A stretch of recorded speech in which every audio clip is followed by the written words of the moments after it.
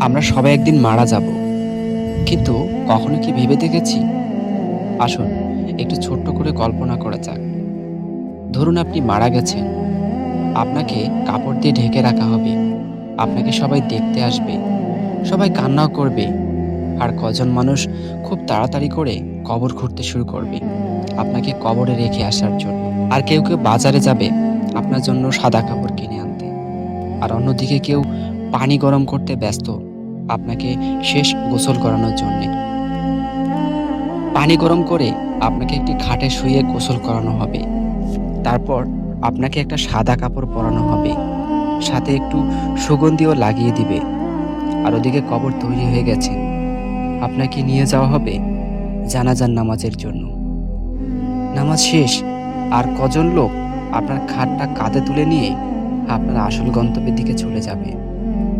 কবরে গিয়ে দুজন মানুষ আপনাকে কবরে নেমে আপনার কবরে আপনাকে খুব আস্তে করে শুইয়ে দেবে।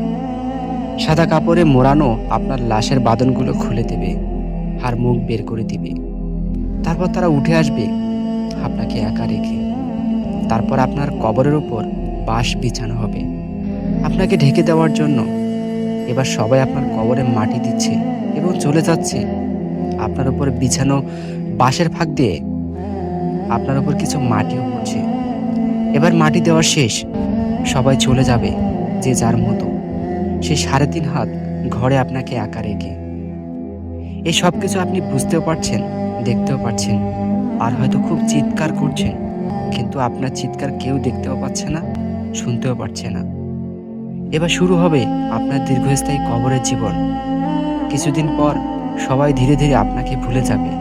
আপনজন, বাড়ির লোক সবাই আনন্দে জীবন কাটাবে। সবকিছু ঠিক আগের মতোই থাকবে, শুধু থাকবেন না আপনি। উপরোক্ত কথাগুলো একবার চোখ বন্ধ করে ভাবুন আর সময় থাকতে নিজেকে শুধরে নিন।